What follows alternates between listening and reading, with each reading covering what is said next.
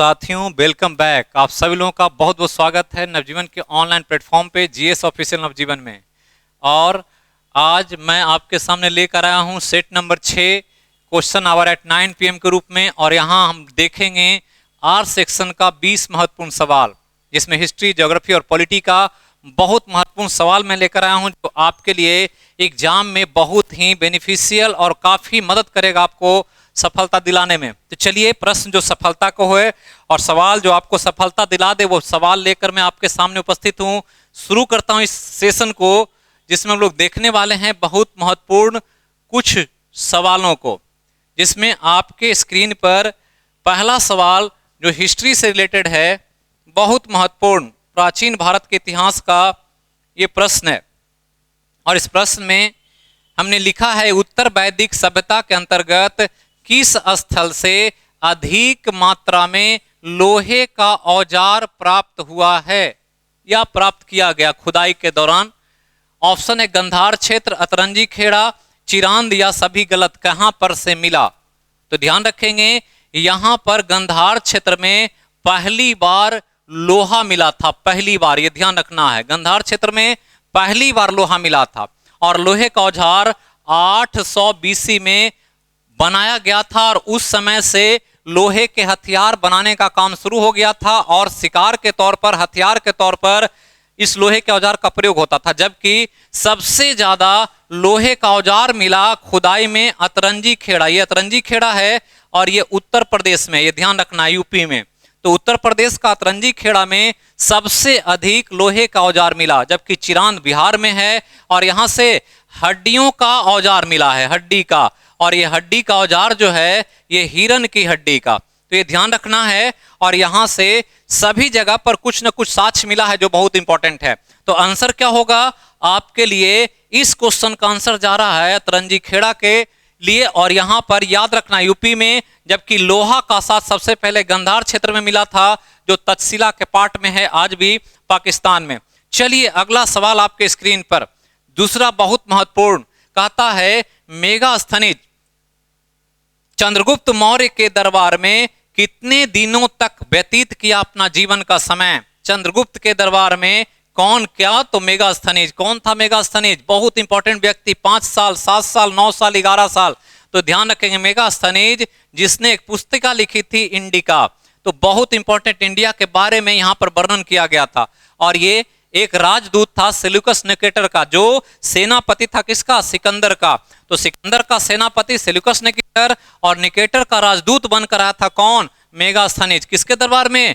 चंद्रगुप्त मौर्य के दरबार में काफी समय भारत में व्यतीत किया। और उस दौरान भारत में जो समय बीता, वो 7 साल तक माना जाता है कि चंद्रगुप्त मौर्य के दरबार में इन्होंने बिताया। और उसी समय अध्ययन किया भारत के बारे में, और जो चीज उसको लगा उसको पुस्तक में अंकित किया।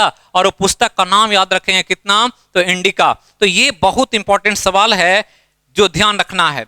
आगे चलिए, तीसरा सवाल आपके लिए स्क्रीन पर, बहुत इंपॉर्टेंट ज्योग्राफी का सवाल है, जो वर्ल्ड ज्योग्राफी या फिजिकल ज्योग्राफी से पूछा गया। इनमें कौन सा महादेश की बात कर रहा है, कॉन्टिनेंट्स, जो पैंजिया, यहां जा होगा, पैंजिया का लॉरेंसिया का भाग है। ये ध्यान रखना है, का तो ऑस्ट्रेलिया, अफ्रीका, यूरोप या दक्षिण अमेरिका, कौन?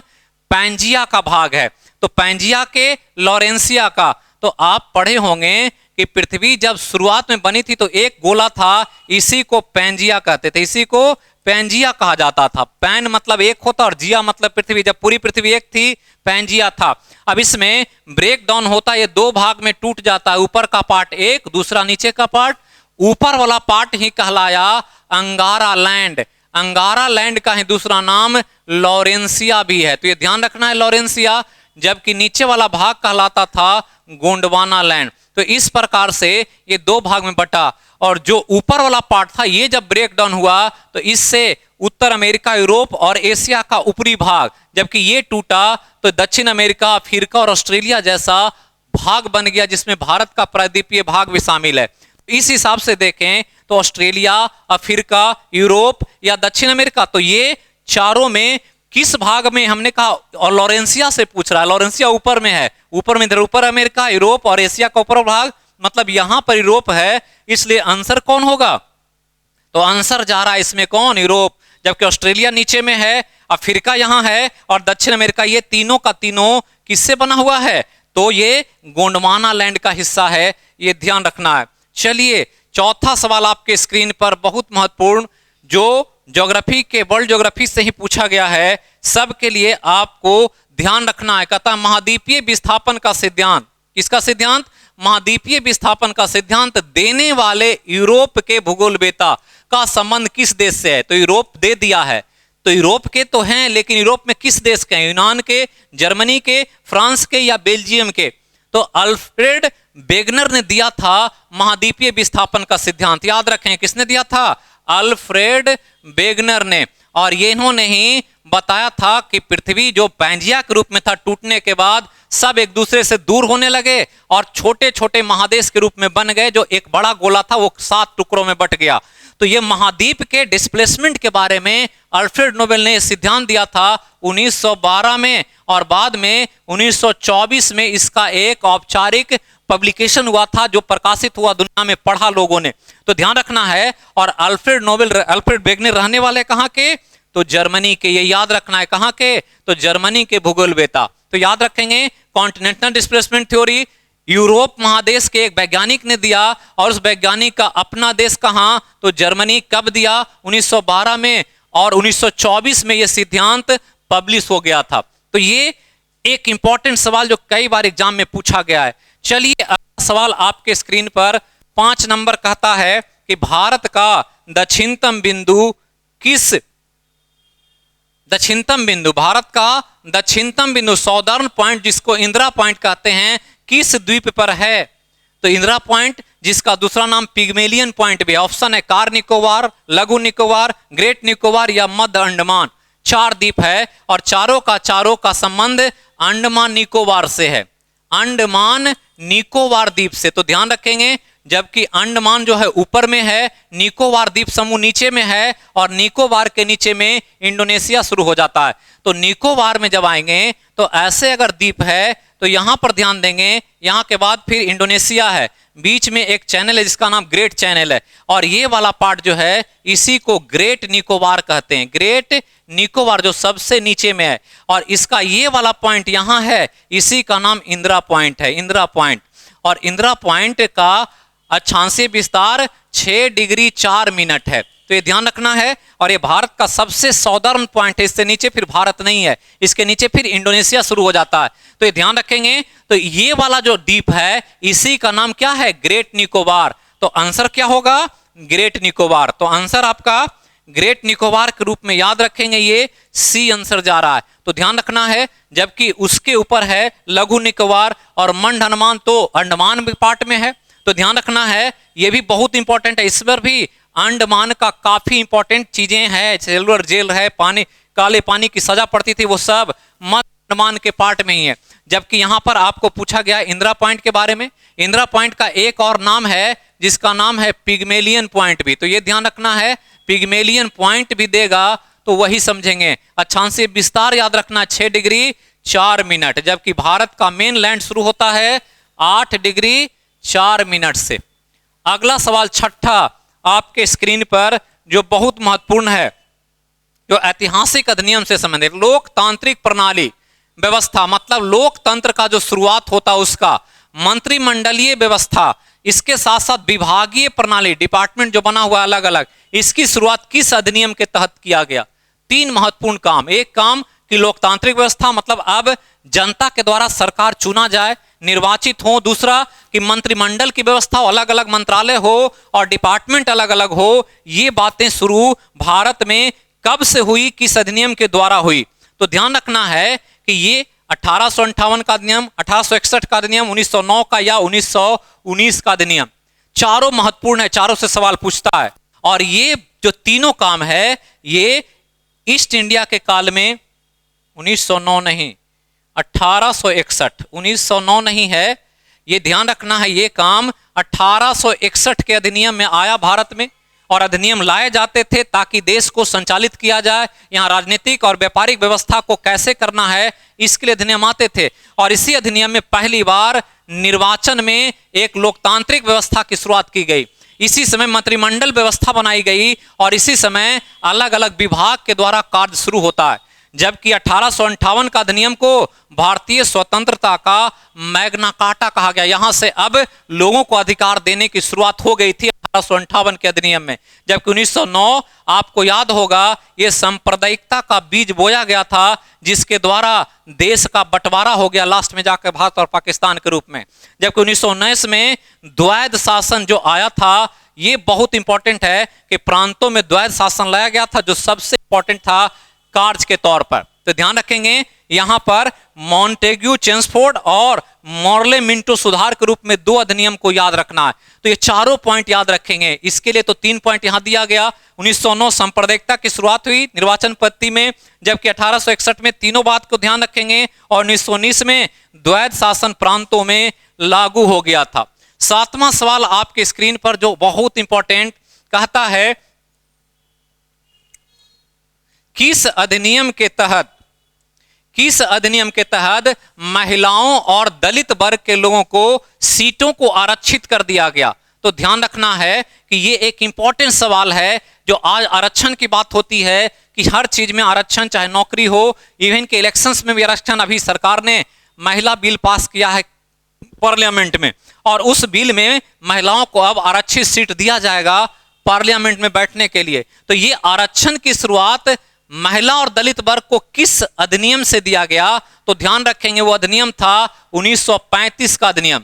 कौन सा अधिनियम? 1935 का, जो भारतीय इतिहास में सबसे महत्वपूर्ण माना जाता है। इसको भारतीय संविधान का ब्लूप्रिंट भी कहते हैं। सारी चीजें यहां से उठा करके संविधान में डाली गई है। तो ये एक बहुत महत्वपूर्ण, और इसमें ही याद रखना है कि महिलाओं को और जो दलित वर्ग के लोग हैं उनको आरक्षण दिया गया। 1919 अभी हमने कहा था प्रांतों में द्वैध शासन। 1773 रेगुलेटिंग एक्ट आया था, जिसमें सरकार, जो ब्रिटिश सरकार थी, वो कंपनी को रेगुलेट करने का काम शुरू कर चुकी थी। तो इस प्रकार से ये तीनों महत्वपूर्ण अधिनियम को ध्यान रखेंगे। अगला सवाल जो है वो है 8वां आपके स्क्रीन पर, जो प्राचीन भारत के इतिहास से लिया गया है। तथ्य से सवाल, ऐसा ही सवाल आजकल बीपीएससी में पूछ रहा है। जो दिए होंगे एग्जाम सैटरडे को, उनको मिला होगा ऐसा सवाल।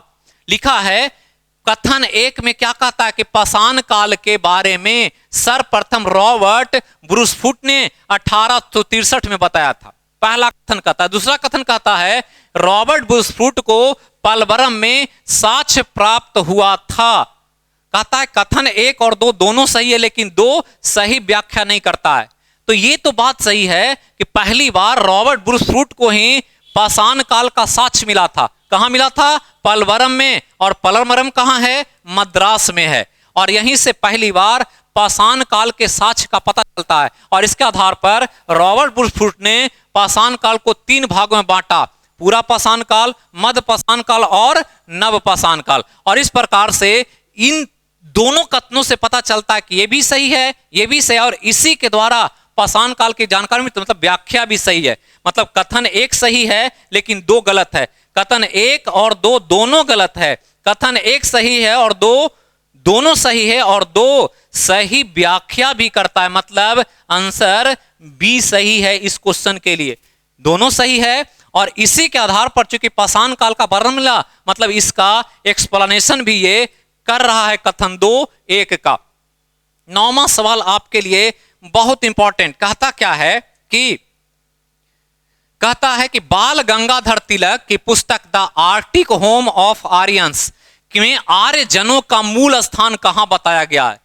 तो यह ध्यान रखना कि बाल गंगाधर तिलक की पुस्तक का नाम आर्टिक होम ऑफ आर्यंस है। मतलब आर्यंस की घर जो है वो आर्टिक होम्स, और आर्य जनों की मूल स्थान कहां बताया गया? अंटार्कटिका में, तिब्बत में, उत्तरी ध्रुव में या दक्षिणी ध्रुव में, कहां बताया गया?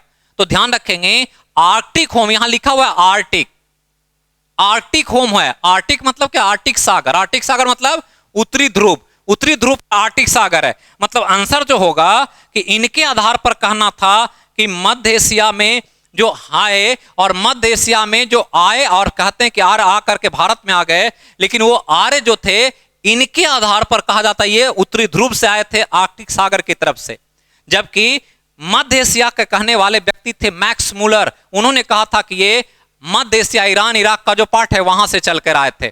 जबकि तिब्बत में आर्यों का निवास स्थान से वहां से आए थे, ये तिब्बत में कहने वाले स्वामी दयानंद सरस्वती।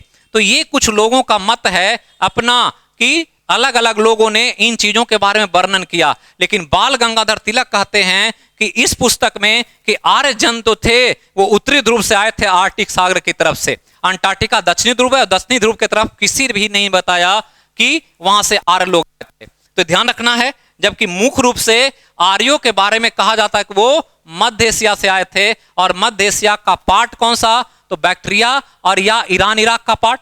आगे चलें तो 10वां सवाल आपके स्क्रीन पर जो बहुत महत्वपूर्ण है, यहां पर लिखा गया हिमालय की श्रेणियों में सबसे ज्यादा भूकंप शिवालिक श्रेणी में आता है। इस कथन से संबंधित तथ्य है।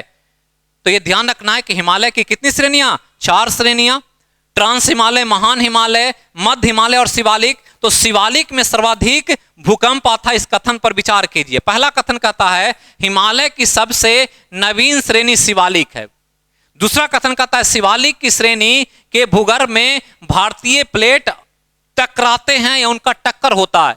तो भारतीय प्लेट शिवालिक को ठोकता है, यह कथन कहता है। कथन 1 और 2 दोनों गलत है। कथन 1 सत्य है, दूसरा गलत है। कथन 1, 2 दोनों सत्य है और कथन 2 कथन 1 की सही व्याख्या करता है। मतलब क्या है? नवीन है, ये तो सही है, नई श्रेणी है शिवालिक सबसे दक्षिण वाली, और यहां पर प्लेटें टकरा रही है, दक्षिण की प्लेट ठोकती है जब हिमालय को तो उसी में भूकंप आता है। मतलब ये व्याख्या भी सही है कि टक्कर जो हो रहा है उसी की वजह से भूकंप की घटना घटती है। तो दोनों कथन सही है और कथन 2 जो है 1 की व्याख्या करता है। तो ये आंसर सी, कथन 1 और 2 दोनों सत्य है, कथन 2 कथन 1 की सही व्याख्या करता है। अगला सवाल आपके स्क्रीन पर, चलिए देखते हैं। 11वां सवाल बहुत इंपॉर्टेंट, ये भी कई बार पूछा गया एग्जाम में। क्या कह रहा है कि विश्व की तीव्र ढाल वाली उच्च चोटी राकापोसी किस हिमालय का भाग है? तीव्र ढाल, तीव्र ढाल मतलब खड़ा ढाल होना चाहिए ऐसे। तो ऐसे ढाल, और अगर ढाल ऐसे है तो ये है थोड़ा सा कम मंद ढाल है, इसकी तुलना में ये खड़ा ढाल है। तो एक ऐसा पर्वत जिसका ढाल खड़ा हो, एकदम सीधा हो, इसमें सबसे ऊंची चोटी है विश्व का जिसका नाम राकापोसी है। कहता ये किस हिमालय में है? महान हिमालय में है, लघु हिमालय में है, ट्रांस हिमालय में या शिवालिक में है? तो ध्यान रखेंगे राकापोसी का संबंध काराकोरम पर्वत से है। और काराकोरम पर्वत में जो भाग है वो एक्चुअली हिमालय के किस भाग में है? तो ये ट्रांस हिमालय का पार्ट है जो सबसे उस पार है, उत्तर का पार्ट है। तो ध्यान रखना है। और इसी में काराकोरम है और काराकोरम में ही एक ऊंची चोटी है जिसका नाम राकापोसी है। तो यह भी एक बहुत महत्वपूर्ण सवाल। आगे चलें तो 12वां सवाल आपके स्क्रीन पर जो उत्तर के विशाल मैदान से है। कहता है बिहार का मैदान किस प्रकार का मैदान है? तो बिहार का मैदान, तो हम बिहार में रहते हैं तो बिहार गंगा के मैदानी क्षेत्र में है। ऑप्शन है भावर प्रदेश, खादर प्रदेश, बांगर प्रदेश या रेह प्रदेश। तो याद रखेंगे कि बिहार का जो है वो खादर प्रदेश का एरिया है। खादर का मतलब होता है क्या?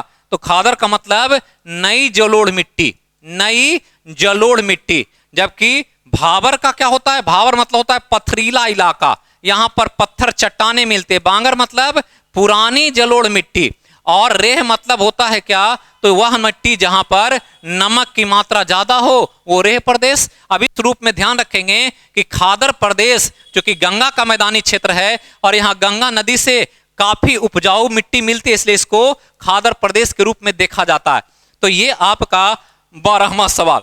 अगला सवाल 13 नंबर कहता है लोकतंत्र जनता के लिए जनता द्वारा संचालित और जनता के द्वारा संचालित व्यवस्था है। मतलब लोकतंत्र जनता का, जनता के लिए और जनता द्वारा संचालित व्यवस्था है। यह कथन किसका है? तो यह अमेरिका के राष्ट्रपति अब्राहम लिंकन का कथन है। तो कथन से संबंधित सवाल है, तो यह ध्यान रखना है।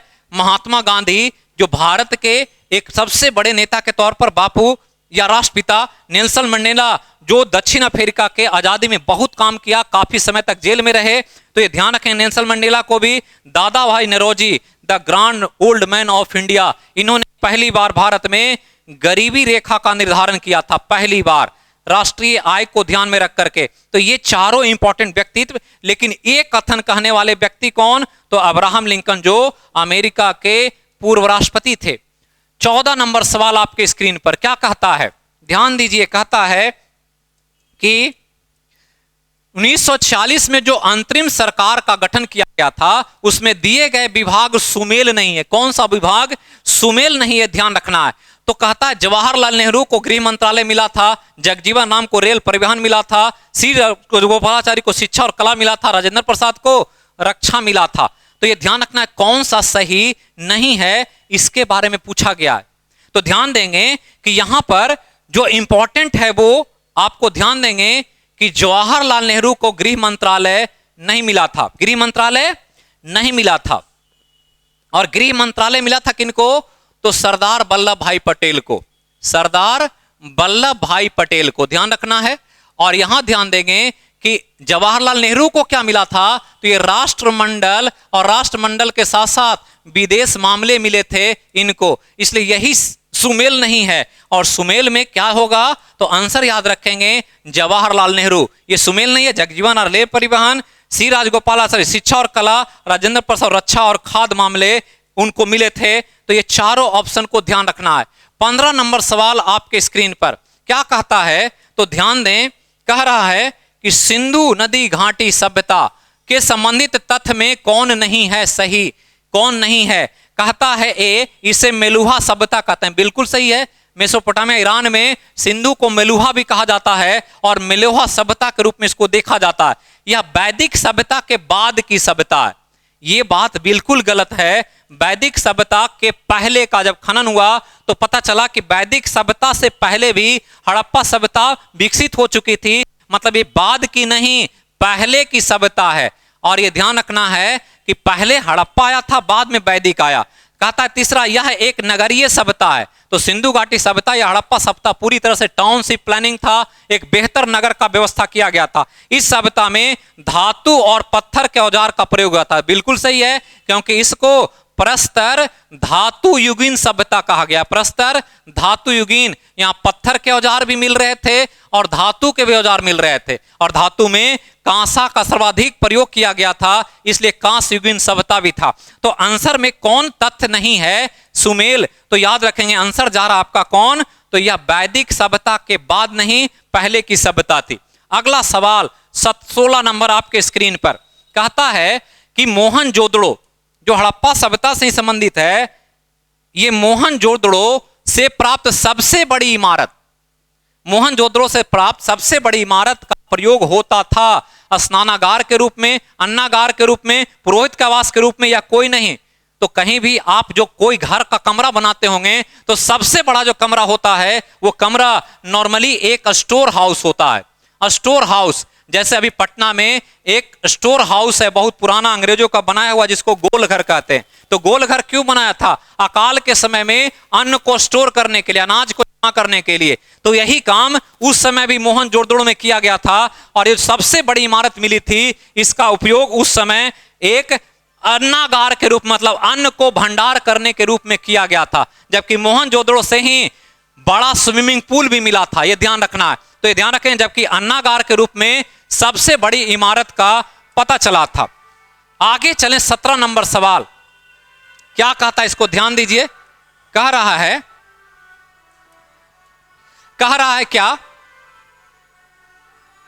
गेट देखे तो बंद कीजिए। तो करा उत्तर पूर्वी भारत, उत्तर पूर्वी भारत में स्थित मेघालय का पठार किसका हिस्सा माना जाता है? किसका हिस्सा माना जाता है, यह पूछ रहा है। तो ध्यान रखेंगे कि उत्तर के जब हिमालय, उत्तर का स्थित जो मेघालय है, यहां पर छोटा नागपुर का पठार है। पहले दोनों सटा हुआ था और बीच में एक गैप बन गया जिसको मालदा गैप कहते हैं। कौन गैप? मालदा गैप, या इसको गारो गैप भी कहा जाता है। तो छोटा नागपुर का पठार बीच में धंस गया और धंसने से एक भाग ऊपर चला गया और एक भाग नीचे। ये छोटा नागपुर का पठार और ये मेघालय शिलोंग का पठार किसके कारण अलग हुआ? तो मालदा गैप से। मतलब ये जो पठार था वो एक्चुअली में छोटा नागपुर के पठार का ही भाग था। तेलंगाना का पठार नीचे में है, यहाँ इसका कोई लेना देना नहीं है। दंडकारण्य का पठार थोड़ा सा ऊपर है, तो कोई नहीं, क्या होगा, छोटा नागपुर का पठार ही आंसर होगा। इसी के मालदा गैप बनने के कारण ये अलग हो गया दोनों पठार, और दो पठार के रूप में ये व्यवस्थित हो गया। अगला सवाल 18 नंबर कहता क्या है, ध्यान दीजिए, करा दामोदर नदी किन दो पठारों के बीच बहती है। तो ध्यान रखेंगे, छोटा नागपुर के पठार में 3 महत्वपूर्ण पठार है। जब छोटा नागपुर का पठार देखते हैं, ये भारत है ऐसे, तो छोटा नागपुर के पठार में एक पठार हजारीबाग का, एक पठार रांची का पठार, और हजारीबाग और रांची के बीच से बहती है ये, जिसका नाम क्या है, दामोदर नदी, और इसके नीचे होता है दंडकारण्य का पठार। तो ये दामोदर नदी हजारीबाग और रांची के पठार के बीच बहती है। तो आंसर क्या होगा, रांची और हजारीबाग पठार। तो आंसर याद रखेंगे, रांची और हजारीबाग के पठार के बीच से बह रही है झारखंड की सबसे महत्वपूर्ण नदी में से एक दामोदर नदी। तो ये 18वां सवाल याद रखेंगे। 19वां नंबर आपके स्क्रीन पर है, क्या कहता है, कहता है कि संविधान, क्या कह रहा है कि संविधान की विशेषता के रूप में संपूर्ण प्रभुत्व और संपन्न का क्या तात्पर्य है। ये हम बोलते हैं कि हमारा देश या संविधान संपूर्ण प्रभुत्व संपन्न देश है। इसका मतलब क्या, यह कहता है संविधान का निर्माण देश की इच्छा अनुसार हुआ है। संविधान के धर्म के मामले में कोई भेद नहीं करता है। राज्याध्यक्ष का पदभार निर्वाचित होता है या सभी गलत। तो आंसर तो यहां पर यही सही है कि सभी गलत है। इसमें से चारों में से कोई तथ्य संपूर्ण प्रभुत्व संपन्न का अर्थ नहीं बताता है। संपूर्ण प्रभुत्व संपन्न का अर्थ होता है कि कोई भी देश का आंतरिक या बाहरी जो मामला होता है, इसके मामले में देश का स्वतंत्र होना चाहिए। कोई आंतरिक मैटर हो या बाहरी मैटर हो, विदेश नीति हो या आंतरिक नीति हो, उसमें किसी भी दूसरे देश का हस्तक्षेप ना हो, वो स्वतंत्र निर्णय ले सके, चाहे वो एक्सटर्नल मैटर हो या इंटरनल मैटर हो। तो आंतरिक और बाहरी रूप से अगर स्वतंत्र है देश, तो माना जाएगा कि वो एक संपूर्ण प्रभुत्व संपन्न देश है। लेकिन इसमें ऑप्शन में नहीं है, इसलिए ऑप्शन चारों गलत है, सभी गलत है।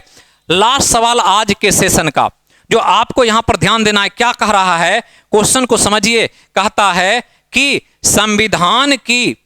संविधान की अनूठी विशेषता के रूप में मूल अधिकार का क्या तात्पर्य है। मौलिक अधिकार क्या है ये, कहता है यह व्यक्ति को उनके व्यक्तित्व के विकास के लिए सहायता प्रदान करती है। दूसरा कहता है स्वतंत्र न्यायपालिका के बारे में बताती है। तीसरा कहता है समान नागरिक अधिकार है, या सभी गलत है। तो याद रखेंगे कि इसमें आंसर जाएगा कॉन्सेप्चुअली, यह व्यक्ति के उनके व्यक्तित्व के विकास के लिए मदद करती है। क्योंकि जो मौलिक अधिकार है, ये मौलिक अधिकार का काम क्या है कि लोगों को बेसिक आवश्यकताएं हैं, उसमें किसी भी तरह का नियंत्रण ना हो, उनको हर हाल में मौलिक अधिकार मिलनी चाहिए। इवन कि आपातकाल की भी स्थिति हो तो मौलिक अधिकार से वंचित ना किया जाए, उनको उस रूप में वो सारी सुविधाएं मिले। और वो इसलिए दिया गया संविधान के द्वारा कि इस देश के नागरिक व्यक्तित्व रूप से विकसित हो सकें, उनके बेसिक नीड्स को किसी भी रूप में रोका ना जाए। तो यहां पर ध्यान रखेंगे कि मुख्य उद्देश्य यही है कि व्यक्तित्व का विकास करना, मौलिक अधिकार जो उनका है उसको हर रूप में देना, और उस मौलिक अधिकार की जो सुरक्षा करता है वो सर्वोच्च न्यायालय के द्वारा उसकी सुरक्षा की व्यवस्था भी संविधान के द्वारा किया गया कि मौलिक अधिकार का हनन सरकार भी चाहेगी तो नहीं कर सकती है। तो ध्यान रखना है, विशेष परिस्थितियों में सेना वगैरह में मौलिक अधिकार को कुछ कंट्रोल किया जाता है, लेकिन नॉर्मली मौलिक अधिकार जो दिए गए हैं वो बिल्कुल मानव और नागरिक के विकास के लिए दिए गए हैं। तो यही था आज का 20 महत्वपूर्ण सवाल, जो काफी कॉन्सेप्चुअल भी था, काफी बार पूछा भी जाता है। तो वीडियो को लगातार देखते रहिए, चैनल से जुड़े रहिए, लाइक कीजिए, सब्सक्राइब कीजिए और ज्यादा से ज्यादा लोगों को शेयर भी कीजिए। चलिए मैं फिर कल मिलूंगा एक नए सेशन में साइंस के 20 सवालों के साथ। तो जहां रहिए, स्वस्थ रहिए, मस्त रहिए, अपना और अपनों का बहुत ख्याल रखिए। Thank you. जय हिंद, जय भारत।